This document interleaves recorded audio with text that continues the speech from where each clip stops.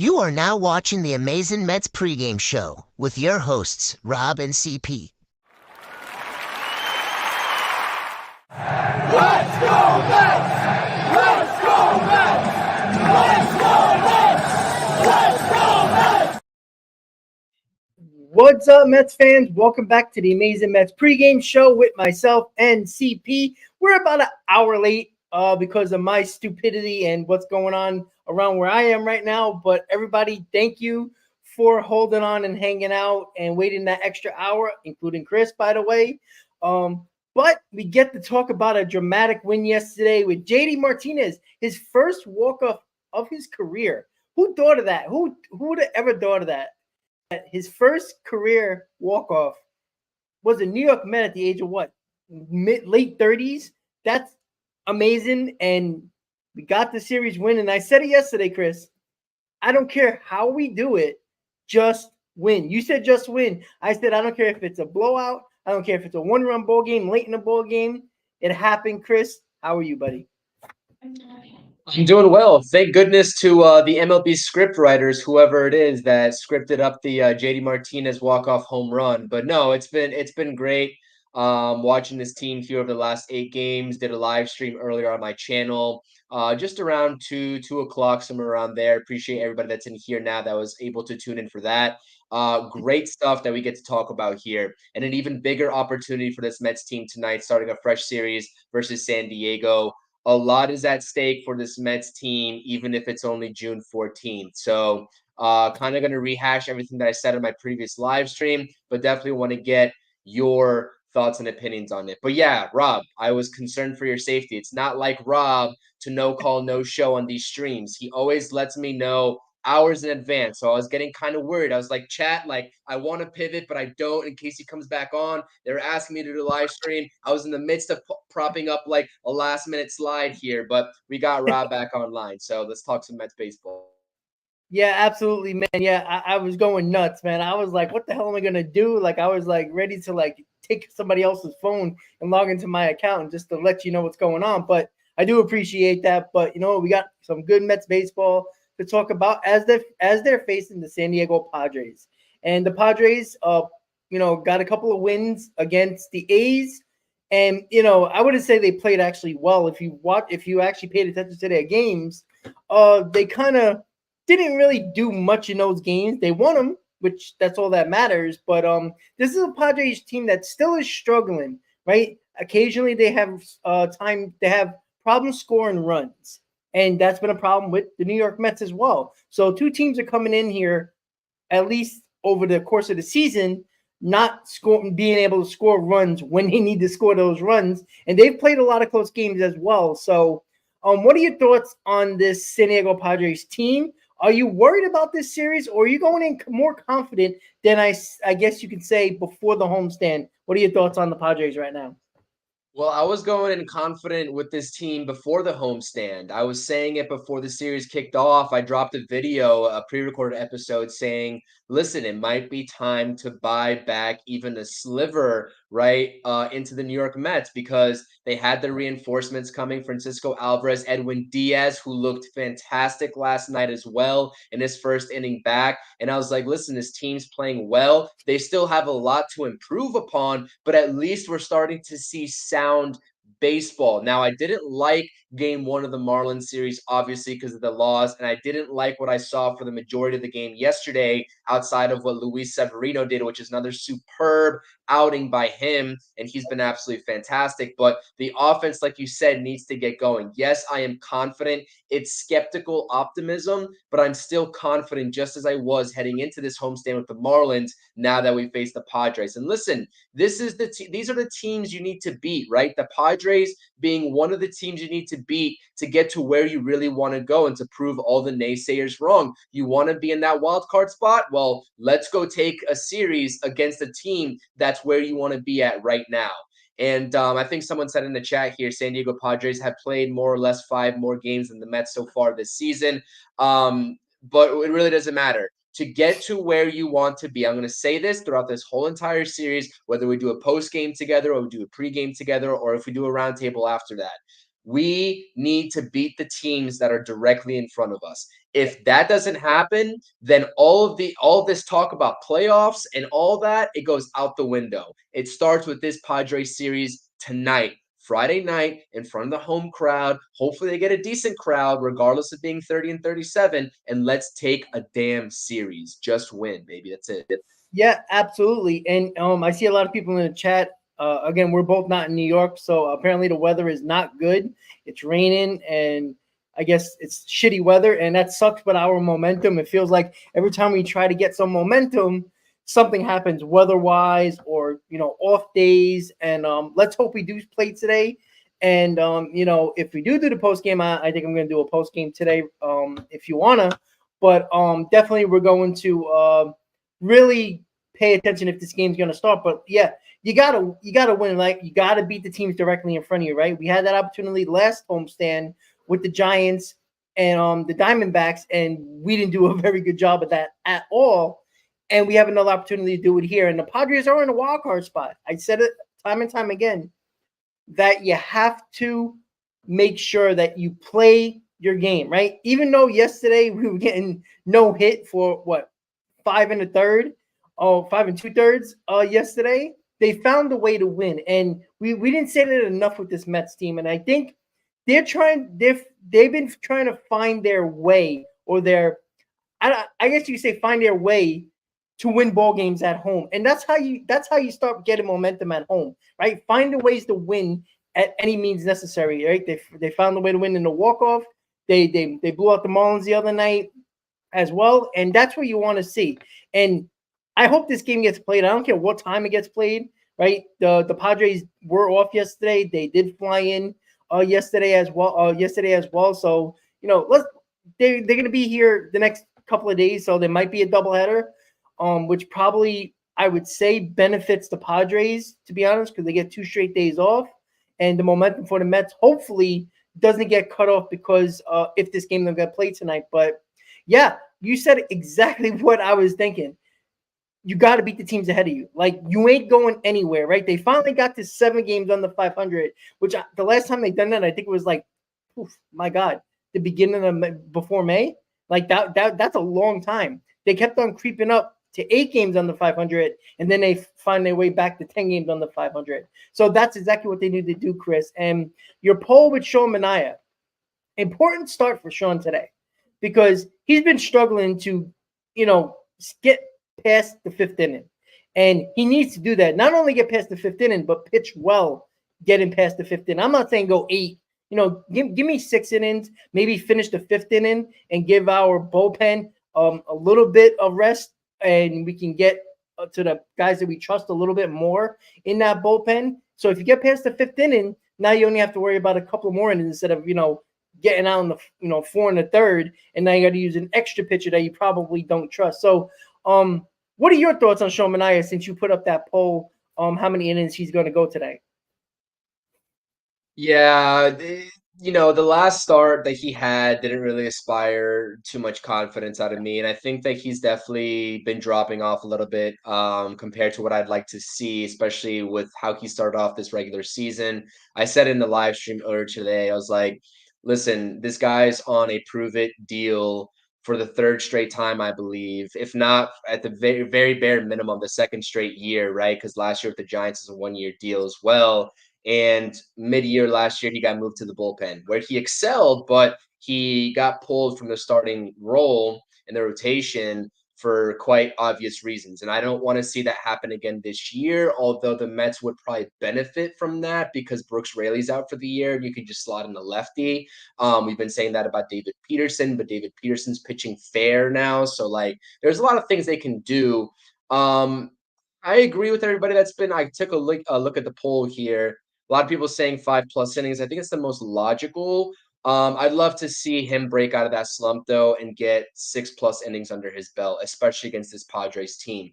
Now, I wasn't aware that this little weather delay, I looking at the radar, it doesn't look promising. So if anything, if the Mets do start, they'll probably start like 2 hours late. We'll see if they even wait for that to happen instead of just calling it a double header. But I agree with you, that definitely does benefit the Padres for the simple fact of that, yes, the Mets momentum. Every single time they seem to have momentum, there's some sort of weather delay. In DC, it didn't really hinder them, but definitely against the St. Louis Cardinals earlier on this season, it definitely hindered them when they were kind of getting a little hot there. So that sucks. Was looking forward to doing maybe a post game. Hopefully they do play. We don't know. Hopefully they do play. But what I will say is, yeah, Sean Manaea needs to get it together. He needs to be his command is just off to me. Like his command is off. He's got a lot of movement still on that sweeper, but he can't really command it. And you see that even in the 0-2, 1-2 situations, we talked about it way, way, way before, right? Being competitive in those hitters or those pitchers counts. And that's simply what he hasn't been doing. I see too many times fastballs outside of the zone that aren't competitive. I see sweepers for him that move across the zone, but by the time it's done moving, it's almost at the batter's knees. So he's really got to hone in, especially on that sweeper, because that's his bread and butter. But on the flip side of things, I actually didn't even take a look at Matt Waldron for the Padres and what he has. And I just took a look at his Savant page and I was like, oh boy, 4 pitches that he uses very evenly, and his most dominant pitch, I wouldn't say dominant, but the pitch that he uses the most is a knuckleball. How many knuckleballers you see in the league now? So I don't know. This lineup's in for a surprise. They're in for a treat. It's a knuckleball sweeper fastball combination for Waldron. I don't know what to expect here. 4.30 ERA for Manaea, 3.96, I believe, or 3.76 for Waldron. It's a toss-up. But the thing is like, all these pitchers that we say the Mets should hit, they just play down to the competition. What do we say about the Roddery guy, whoever the hell was going for the Marlins the other night, right? In the pregame, we're like 5.95 ERA. Don't know a lick about the guy, but let's put some runs on the board. And man, did they fail to do that against him? So I don't know. It's kind of like, yes, we won the game, but the offense, the consistency of it or the lack thereof. 10 runs in the game before, and then you almost get no hit going into the 6th inning. Like, what big of a turnaround is that? And what should we be expecting on a nightly basis? So to round this whole rant out, because I know you asked about Sean Manaea, I'm not sure if I'm the most confident in Sean Manaea and Jose Quintana right now. Coincidentally, the 2 lefties are going to be in this series. So the Mets offense, if they plan to win this series, is going to have to come out swinging, because I don't think they can rely on either Quintana or Manaea for gems. Yeah, absolutely. And it always seems like with Sean Manaea, it's 1 inning, right? He starts off very good, striking out a couple of batters, looking strong, and then there's 1 inning where either the defense makes a mistake and then he can't get out of an inning, or he loses the plate, and it always seems to be that 1 inning that hurts his overall, total stat line. And that's where I think he has to bear down. Like, regardless of what happens in that inning, if it's a defense or he loses the plate, I don't know if it's Jeremy Hefner coming out when he's seen first signs of, a little bit of a little bit of a scary situation in an inning. Like, Hefner can't come out after he gives up 4 runs and says, "Oh, let me go talk to this guy." I think they have to give him a breather. Like, if he walks a guy or two, all right, go out there and talk to him. Like, calm him down a little bit, because it seems like he loses it mentally on the mound. Like, and he either walks people or he gives up, hard hit balls after he doesn't get the job done in certain spots of an inning, and it completely blows up. And then you're wondering, like, what the hell happened to Manaea? And now you got to go deep into your bullpen. So, you're 100% right. Manaea's got to do his job, but the offense really has to come through here. They can't be as inconsistent as they were in the Marlins series. Can't score 10 and then score 3 and, getting no hit prior to the 6th inning. So they have to come together and start scoring damn runs. Like, the Padres can score runs, even though they've had trouble. We know how their lineup is dynamic. We know that they can score a ton of runs, especially if a guy like Manaea loses it. And, they can put the bat on the ball. I think they're one of they're like mid-level in strikeouts, so they don't strike out a lot. And I'm not saying Manaea is a big strikeout guy, but he's been pitching more to contact lately, and that's what scares me a little bit, because you said it about his sweeper. If his bread and butter pitch isn't working, he ain't striking nobody out. And, put him back the ball, and this team can do that. he's going to find himself in a lot of trouble most likely, unless he's able to get those ground balls to, that he could possibly get. But if that sweeper's not working, it could be a long night either for him and the Mets or just him and himself. And now we get to go to deepen that bullpen, Chris. Yeah, and I see Frank's asking me what I'd like to do with Quintana. At some point, I mean, you would hope to trade him and get any sort of value back at front for him. I don't think that's going to happen though. So I think that they might, if he continues to do what he's been doing, which is nothing, you're going to have to just DFA him because they're going to have to open up this roster spot, Rob. Like that roster spot that Quintana, and you're not going to. I'm sorry. I know maybe the popular answer is instead of throwing Sean Manaea in the bullpen, let's toss Quintana out in the bullpen. I'm going to have a question for everybody who even trusts in Quintana in later leverage situations out of the bullpen. Like, I'm not entrusting him in any late game situation, minus maybe if it's a laugher. So I would be fine with just DFAing him. I'm not going to lie to you. And I don't really say that often, but I don't see a world where anybody, any team in this league gives up anything of significance now if they value a veteran clubhouse presence, and maybe the Mets value that presence. We don't know. Maybe that's why they're going to stick with him. I don't know. Nobody knows. But I could tell you his on-field performance right now, it's DFA worthy, especially when you got a couple of candidates to come up and truly help this team and give you competitive starts, or at least we would hope, right? Because we want to watch those guys. And so yeah, that's my I guess spiel on Quintana. Listen, I mean, we expected something completely different than what he's been giving us. We expected consistency. We expected consistency out of Hauser, and coincidentally, those are the two guys that haven't given us any consistency. One already got booted to the bullpen. We'll see what they do with the other.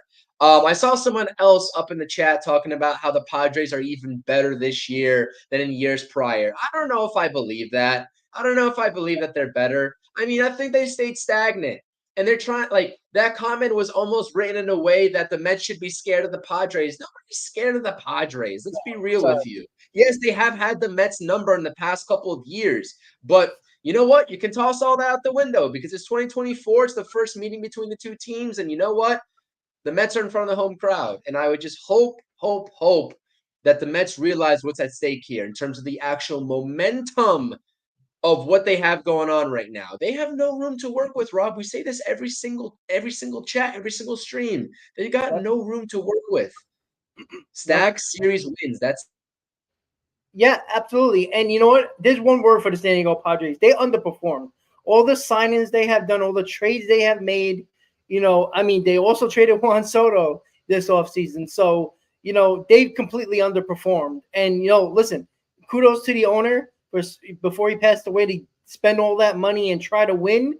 And the family tried to win before he passed away. And, kudos to that. They tried, right? It didn't work, but they're still finding ways to, add on in a different way by trading Soto and getting a ton of pitching that was lacking over the last couple of seasons as well. But they are a team that has majorly overperformed, right? This team was trying to challenge the division against the Dodgers, and they haven't even becoming close. They're barely getting in wild cards. So they've underperformed big time. Like, let's not act like this Padres team has been one of the best teams in baseball when they never have. Right? Yeah, they had the Mets number over the last couple of seasons, but that's it.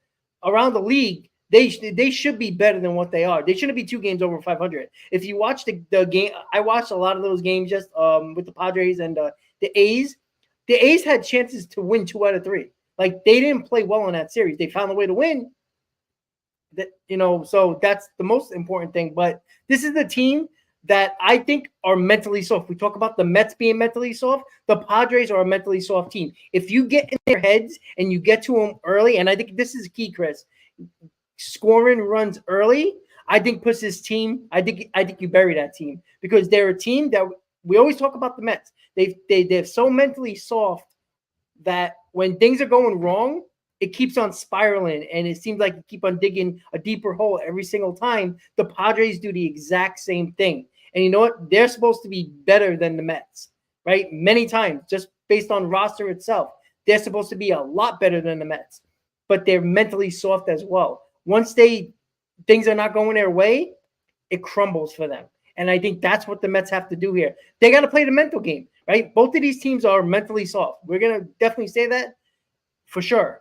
But the Mets need to play that mental game. And if you score early on this team, the batters start to strike out more. The batters start squeezing the bat more. They completely fall apart in games. And I think that's what the Mets have to do. Carlos, drive safe first and foremost. We appreciate you. That's dedication to the Amazing Mets pregame show. We love to hear that. Daniel, Luis Arias, and Jerkson Profar. That man is having a tremendous season. I am definitely afraid of those two bats because Profar and Arias have done extremely well against the Mets over the years, especially in that 2022 Wild Card Series. Profar, my goodness, he killed the Mets. And so did Trent Grisham, by the way, who's now a Yankee. But nonetheless, I actually wanted Jurickson Profar the year after. I believe he hit free agency. Nobody took a bite on him. Instead, he just went to the Rockies very, very late. And obviously that didn't go too well. But now he's back to his old stomping grounds, absolutely tearing it up. But I wanted to address here what Jeremy's saying about Christian Scott potentially being called back up after the All-Star game. I would hope not. And this is the thing, and I wanted to get your thoughts and opinions on this, Rob, because I've exhausted this, and I've almost like shied away from this topic because everyone told me it was procedural. Oh, they're watching out for his innings, right? Whatever, because they're gonna have to pitch him a lot down the stretch of the season.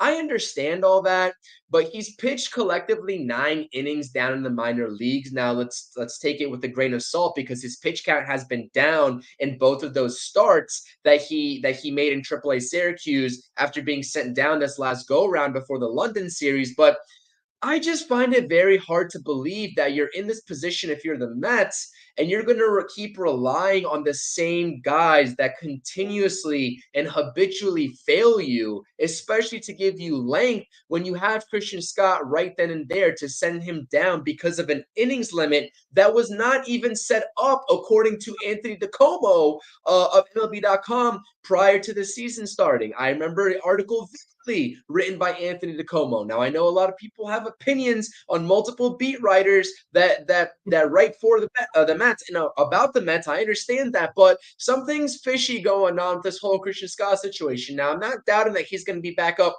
way sooner than that All-Star break. I guess point that Jeremy's talking about, but him losing at this point 2 starts or 2 go rounds of the rotation definitely doesn't sit right with me. And the excuse of why he went down in the first place, because it's procedural for innings limit to save him, also doesn't make much sense to me because he made 2 starts for AAA in that same time period with a collective 9 innings pitched. Now, listen, I'm going to rest my case there. I've never been a fan of that move. I never will. I do think that regardless of what we heard about the innings limit, I think it was because Jorge Lopez coincidentally got DFA'd for the antics on the field, and they had to save face by calling up a reliever. That's my story, and I'm sticking to it because you're not going to convince me otherwise. Now, I know a lot of people might disagree. A lot of people have disagreed, and that's fine, but that's all I'm going to say about that situation. But no, I agree with you. Listen, the Padres are underperforming. The Mets, in my estimation, and all of our estimations with where we had them at, finishing with 85, 86 wins during our season preview, are also underperforming. Now, I will say these are definitely 2 mentally soft teams. But we all know teams have get-right games against the Mets, especially at Citifield. So let's not make that happen this go-around. And, you take a look at this lineup. I definitely want to get into the bullpen, but let's just talk about the lineup real quickly here. You see Jeff McNeil gets the start there at second base, hitting in a 9-hole. You see Tyrone Taylor's there, back after his last performance, right? I love that Tyrone Taylor move coming off of 4 hits 2 games ago in that middle game against the Marlins. Vientos is back in there. He's also hitting over 300. Alvarez is back in there. So I like this lineup. Yes, I would like to see Jose Iglesias consistently play over Jeff McNeil, but I really think that, and I said this on my post game a couple days ago when I went on with Nick from the He Did This to Me podcast. I was like, no matter how many different lineup combinations Carlos Mendoza can throw out there, there's going to be games where they score 10 runs and everyone's taking victory laps because they just so happen to switch the lineup. And then we get to the next game, like Emmy's saying, and they lay an egg. Like, the consistency, no matter what combination this lineup is thrown out there with, That's been the problem. And until they turn it around, you're not going to tell me the Mets put up 10 runs because all of a sudden Brandon Nimmo got switched to the 2-hole. He's been just as equally crap in his last 2 games in the 3-hole, or the 2-hole, as he was in the 3-hole. So it doesn't really matter. One thing's for certain, though, and I said this on our pregame: if you're expecting Brandon Nimmo to drop to like 6-7 in the lineup, keep dreaming, because it's not going to happen. Carlos Mendoza and this front office are not going to do that. No matter what combination you see there at the top 4, those are the top 4, and they're going to stick with it until otherwise. And if they do deviate away from that, I'm going to be very, very shocked, and I'll be the first one to come up on here and tell you all that I'm wrong. But that's just how I'm seeing that. And I wouldn't even call it stubbornness, because I think it was either you or somebody else said, do you expect those 4 guys to bat anywhere else? Like, do you really expect them to with the rest of the names in these lineups? In this lineup? I don't. No. So I don't know, man. I don't know what your take on that is, but I'm like, people keep talking about let's switch the lineup here, let's switch the lineup there. I love it. I love changes. Changes are awesome sometimes. We've seen it 10 countless of times already this season, and it's the same result. So let's just start preaching about the actual, I guess, talent level of this team and actually producing, right, to the back of their baseball cards. Like, Rob, your favorite saying is hits in the back of your baseball card, which sounds silly because we can sit up here and say it 10 times in a day. How about they actually do it? Because a lineup change isn't going to help that. I'm sorry. Not at this point. Yeah, absolutely. And look, this offense has been very lackluster this season, and they've lost most of their games because of the offense, either in big spots or just didn't show up at all. So again, you play to the back of your baseball card. This team should be a lot better, and you're hoping they're starting to trend towards that, because you've seen, besides Brandon Nimmo, everybody's starting to like. Well, even though Pete Alonso, I don't know, where he's at right now, but I always feel like Pete Alonso always goes on this one big hot streak, especially before the second half ends, right before the All-Star break. He usually goes on his big hot streak, and we're hoping he does, because if he starts hitting, and if Nimmo finds it, I mean, with Marte hitting and Vientos playing well and Alvarez being back, I mean, that would be amazing for this lineup, and we need it right now. So, Pete Alonso and Brandon Nimmo better start going here, because, if it wasn't for the bottom of the order, I said this a lot of times, the supporting cast, this team would be probably 20 games under 500, and I'm not even joking about that. That's how bad. Martinez, for that matter, too. Absolutely, yeah, absolutely, and that's the biggest problem. They gotta start doing well together, and that's the most important thing. But I want to give a shout out to Mendoza. Putting Tyrone Taylor back in after his performance yesterday was outstanding. I think it was so important for Mendoza, and you see that he likes to play the hot hand now, and it's not just about analytics, it's not about matchups. Taylor's looked good, he's playing, and I love that. And I know people are complaining about Jeff McNeil still. I'd rather see Iglesias as well, but I still believe that, they're better than Knight now. So, he was, 5-6 earlier in the season, and now he dropped to 7-8, 8-9, and he's one step closer from never playing in the starting lineup again. Like, he's that close. And I think what they're trying to do, they're trying to get some type of spark from him, either to get a little bit more value from him while helping the team in this lineup. I think they're trying to get any type of value from him. Or on the other hand, it could be that, or they can just be showcasing him and saying, hey, listen, we tried every spot in the lineup. See you later. Brett Baty, come up and play second base until Luis Angel Acuna is ready. It could be the flip side of the coin, too. Yeah, I mean, hey, if Brett Baty comes out, I mean, God, if this guy can hit in the majors, would be nice. I mean, he goes right down to AAA and starts hitting balls over the wall, hitting balls in the gap. The Brett Baty that everybody thought he would be when he came up from the minors. I mean, it would be nice if he can hit major league pitching. I don't think he can. I think it's been long enough where I think he just can't figure it out for whatever reason, or it's the pressure. I don't know. But yeah, I just don't know. I really don't know how it's going to go, actually, because I don't want Jeff McNeil in the lineup anymore. I think he is a downer in this lineup. I think every time he plays, the Mets seem to get lost. Again, that's not all Jeff McNeil's fault. Everybody else has their own at-bats. But it just feels like Jeff McNeil brings the lineup down some way, somehow when he's in there. And with Iglesias playing well, I wouldn't even play games anymore, honestly. Like you can't afford to lose games now. Unfortunately, you get into that point where you almost a little more than a month until the trade deadline. You can't mess around with these victories here or these possible victories, because if you do, guess what? You're going to be selling at the deadline, and that's nobody wants to deal with that. And they'll probably do some type of sell off, maybe like who knows. But I don't think they're going to be major buyers. I do think it's addition by subtraction is probably what I think they could do if they remain in this, Chris.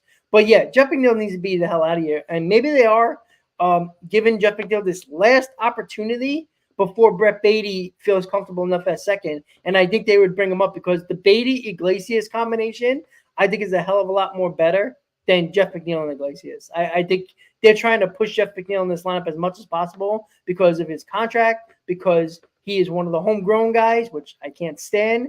I think he don't deserve to be in this lineup. And I think this is just a matter of time. If you don't get it together, you're going to see Beatty Iglesias being a platoon here at second base, in my opinion. Or, I mean, I guess Vientos is third baseman. So sorry. Yeah, I agree with you. I absolutely agree with you.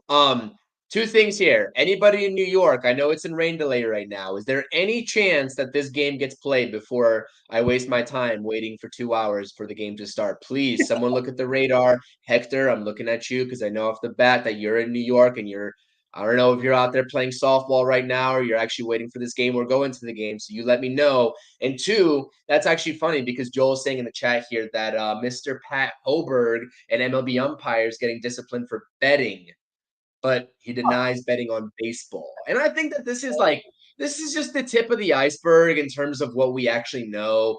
Like across all sports, and I hate to make this a rant because we're going to talk about the bullpen next. I really want to talk about this bullpen because I think that I get it that they've been struggling, but there's some firepower there. That I think, officials across all major league sports, whether it's basketball, definitely in the NBA for sure, and MLB. Like, I don't want to be that conspiracy theorist, but come on, like, we know these guys are betting on games. Like, let's be real here. And I don't want to call out the integrity of the game, but this is like these guys are human beings too. Like, and you see it with baseball players nowadays. They just suspended the guy from the Padres for life for betting on baseball. I believe on the Padres or on his own game. So I don't know. I think you'll see a lot more of these stories coming out. And I just want to say that I actually just looked up on my X account. Jeff Passan tweeted it out with that update. But so there you go. Hector's sitting right outside the stadium. What's the deal? Is it raining? Is it looking bad? Or like what's the vibes? Tell me. I don't know. I'd love to know because obviously we're not in New York right now, Rob. Neither of us. So it's sunny skies right now, and I got stuff to do. But nonetheless, bullpen. Oh, also I was going to say the Padres lineup isn't bad, Rob. It's not bad. I'm looking at the stats and what they have for a starting lineup. Like that team can hit. They got some firepower there. So Sean Manaea and Jose Quintana better bring their A game, like we said, because that Padres lineup, like they can put up some runs. Like it's not a question if they have before or not. They can, right? And they're performing well, at least individually. This bullpen though.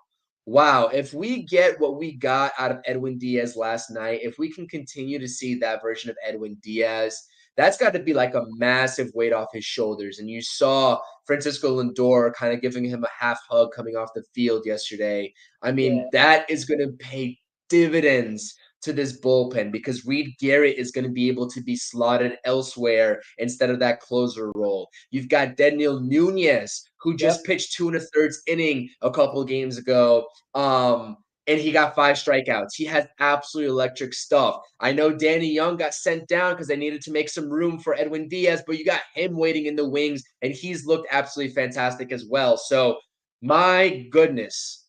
I think that this bullpen, if Edwin Diaz gets it together after this IL stint, I think we're in business. I think we're cooking. I'm not going to lie to you. And honestly, I know Drew Smith gave up a home run his last outing, but he also struck out 3. He's been like looking pretty solid, pretty decent as well. So we'll see what happens. I think this bullpen's on the mend, hopefully. Lord willing. Listen, if Diaz can perform like he did yesterday, and like you said, Lindor gave him that hug. Look, I think it's all about confidence when it comes to Edwin Diaz. If he's confident with his pitching on the mound and confident on the mound, I think he's going to be lights out. And that helps the bullpen tremendously. Like it just slots everybody back down a slot, and that helps everybody. That even helps the terrible part of the bullpen, like the Ottavinos of the world and others that aren't going to have to pitch the 8th inning or the 7th inning or possibly the 9th inning. It's a big deal. And, with Garrett getting slocked down, Nunez, who can possibly be a setup guy because he has outstanding stuff. Danny Young's going to come up at some point as he was pitching well. And Drew Smith, yeah, he's been good this year. But prior to getting hurt, he was one of our best relief pitchers. Like, let's be honest about that. And if Drew Smith is going to be your 6th-inning guy, maybe 7th-inning guy, hey, along with Reed Garrett, I'm okay with that because Drew Smith has pitched well this year. And I know most of my fans don't want to see Drew Smith anymore. Easy, I know, talked about Drew Smith for a while, and a lot of people has. In the offseason, a lot of people didn't want Drew Smith on this team. But when you have a young guy, and I know he's been with the Mets for a while, but when you have that live arm, a lot of teams don't like to get rid of those guys because they're always potential. This guy's not 36 years old where you can just throw him to the wolves and say, all right, we can just forget about him. Let's bring somebody else up. He's young enough, and he's still got an elite arm that everybody believed that if he just finds it, he can be one of the better bullpen arms in baseball. That's how good his stuff is. He just has to harness it a little bit. And it seems like he's doing more of that because I don't think he's pitching 2 strikeouts anymore. I think he's pitching a contact, even though he's striking out, I believe, more guys in his career than any other year up until this point. And I think because he's not overthrowing as much as he did in the past. And I think that's important for Drew Smith because when he starts overthrowing, that slider gets very flat. That slider hangs. It's a frisbee. And that's what you don't want to see from Drew Smith. Hasn't done that a lot. Again, every bullpen arm is going to give up home runs. Every bullpen arm is going to have a tough couple of outings. And you just hope that they can figure it out. And Drew Smith, I always like Drew Smith's stuff, right? I guess nobody likes the homegrown talent there, right? It's only because, he's a bullpen arm. I guess nobody cares. So, but he is one of our homegrown guys, right? They're going to give him every opportunity. And because his stuff is elite, if he can put it all together, that's another bullpen arm that I think the Mets can trust. And you know what? To be honest, guys, let's start trusting Drew Smith because he's been good this year, guys. And, Chris said it. Diaz did what he did yesterday is only going to make this bullpen better if he continues that because now we got our 9th-inning guy back. Now we got a closer back. That is everything to this Mets team that really hasn't had Diaz all year with any type of confidence. So I 100% agree. Diaz being Diaz is going to make this bullpen better regardless of how well the other guys perform because they get slotted down, Chris. I know this isn't saying much, and I'm picking the lesser of 2 evils, but if you ask me to entrust in the game somebody, and my options are Drew Smith and Adam Ottavino, I'm picking Drew Smith all day long. And I know it's not saying much, but listen, Adam Ottavino's on the chopping block. That guy can get out of here like yesterday. I'm sorry. Never wanted him back. Think he's a great clubhouse guy, probably one of the leaders, well respected. I understand all of that. He hasn't got it anymore. I'm sorry. We can't keep trotting out Adam Ottavino, and he can't be the setup man. He's not even going to be in consideration for even the setup man with the way that Daniel Nunez is playing. Like the setup is going to be Daniel Nunez and you're going to have Edwin Diaz. Those are the 2 guys you can't break them up right now, right? Because they've already entrusted Edwin Diaz and made him the closer regardless of what happened, right? Before he came back or as soon as he came back. So those are your setup guys and your closers right there. Those 2 guys. Then you got to pick between who's going out for that 7th inning. Is that where you trust Adam Ottavino? My answer is probably still not. Is that where Drew Smith's going to be more serviceable there, even though he gets with the long ball? Maybe. Sean Reed Foley, I don't know. Like, and then Bryce Montes de Aka, everybody's in the chat here talking about him. He throws gas. That's just another reinforcement that they have waiting in the wing. Because I'm gonna tell you this right now, Adam Ottavino's not going to be on this team for too much longer. I'm sorry. You just can't have, like, we've seen it countless of times. And Rob, like, I know going back to the offseason, you wanted him to be here, but for me, it was a real head scratcher why they brought him back. Like, I understood why, but I was kind of like, ooh, like, really? Like, in all the videos I did about the bullpen free agent candidates, I didn't even include him in it because I was like, okay, bygones are bygones. See ya.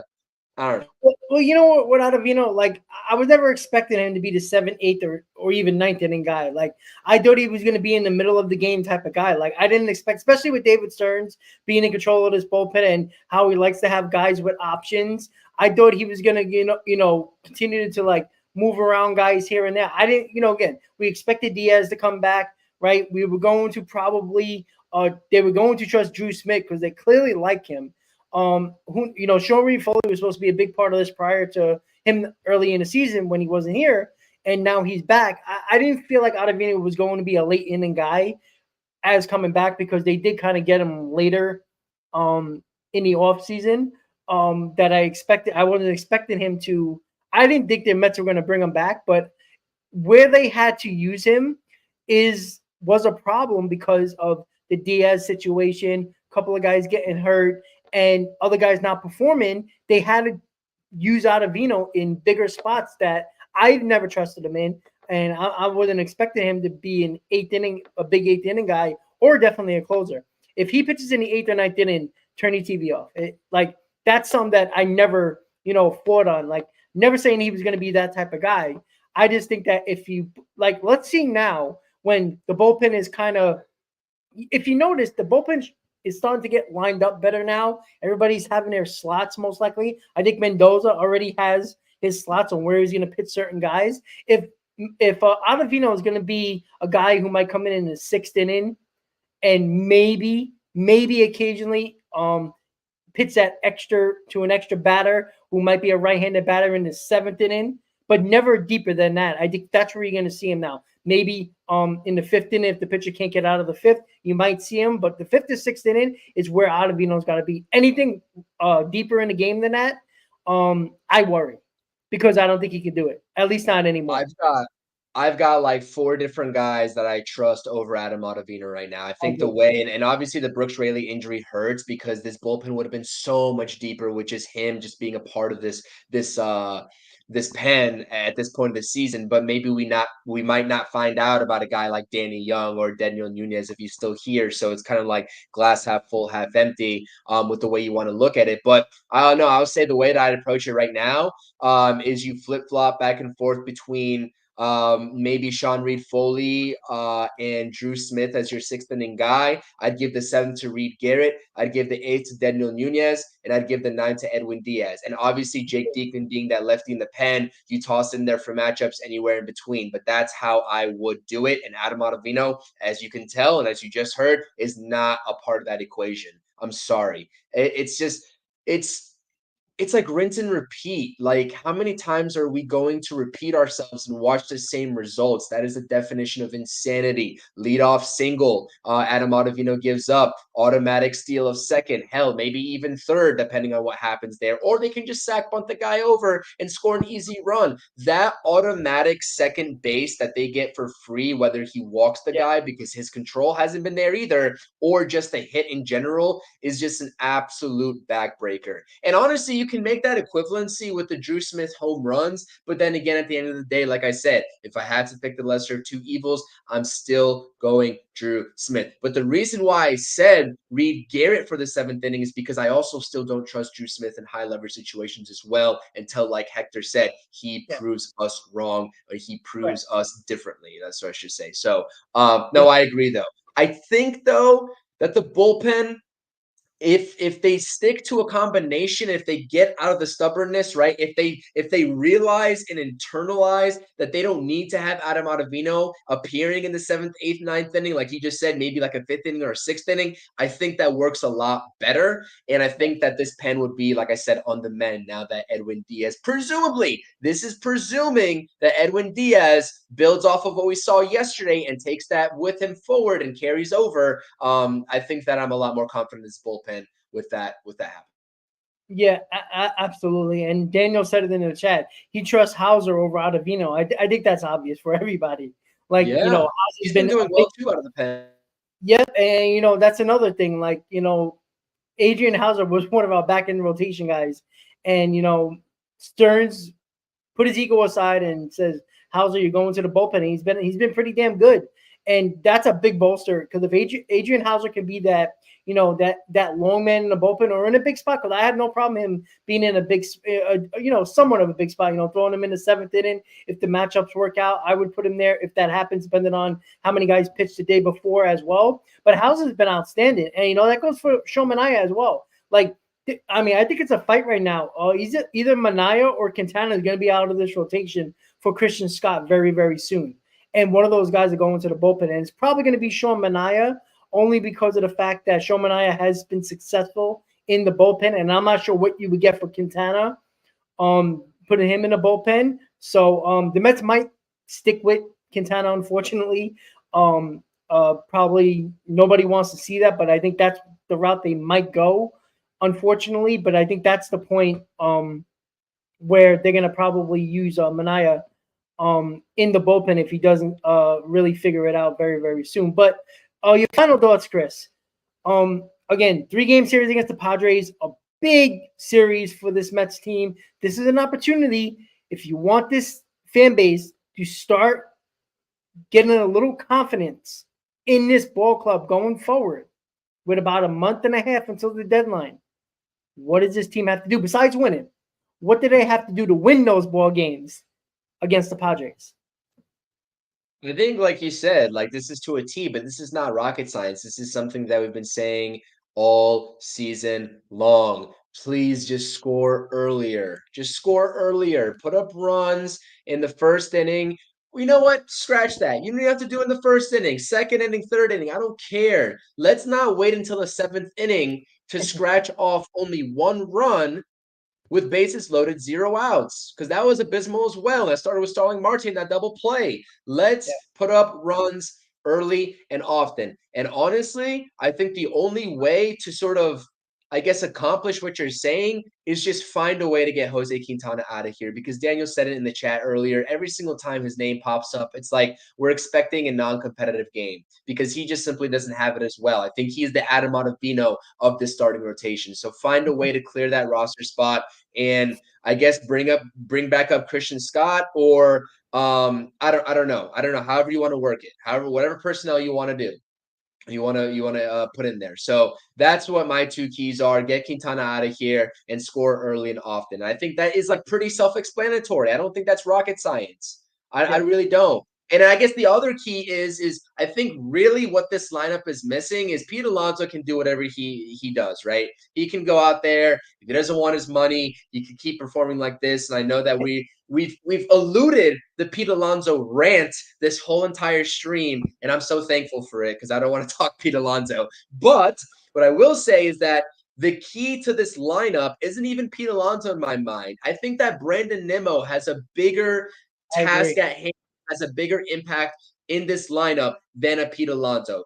So to make that point there, what I'm simply saying in simple terms is that if Brandon Nimmo gets it going, I'd much rather see him pick it up because I think he's more valuable to this lineup right now with the way things are than a Pete Alonso. That's not discrediting Pete Alonso. I understand what he's able to do when he's on top of his game. I'm just saying this lineup takes a huge leap forward if Brandon Nimmo gets it going, and he hasn't found that groove yet. And Stoney, to your question, on the radar, it looks like it's pouring right now, and Hector can confirm that. He also said that it looks like there's a pocket at like 9 p.m. where they can play, but it's scheduled to rain all night. So we'll see if this game even gets in. I would love for this game to be played because, like you said, the Mets are riding the wave right now. They're riding a hot streak. But Mother Nature just can't deny it sometimes. So, if we do play, let's win. If we don't, hopefully I got a busy day tomorrow. Hopefully, I'm not sure what your scheduling is, Rob. We can talk offline about a potential stream, but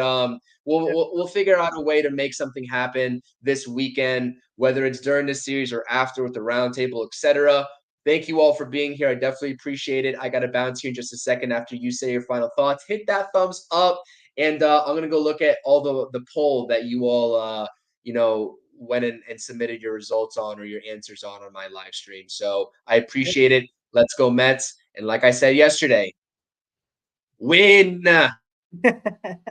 Absolutely. And Brandon Nimmo is the key here. If he gets going, this whole lineup's going to get better. 100% on that. Nimmo is the key, and he's probably more important right now than Pete Alonso just where we slot in the lineup right now. So with that said, let's get the victories if they do play today. If not, there's a long day ahead tomorrow with a doubleheader most likely if they don't get to play later tonight with the bad weather in New York right now. So with that said, guys, thank you for tuning into another Mets pregame show. Win, win, win. All you got to do is just win, just like Chris says. Just win. Any means necessary. Doesn't matter how. Just do it. Best case scenario, take a series against the Padres. Hopefully, I don't want a doubleheader tomorrow. I think that's going to be just annoying for Mendoza and the Mets. You got to use a ton of pitching. You don't want to do that. Hopefully, they got to wait this game rain out and play tonight. We'll see how that goes. So with that said, everybody have a great night. Let's go Mets, and let's get a victory tonight, hopefully, if they do play. So have a great night, guys. Let's go Mets. Let's go Mets.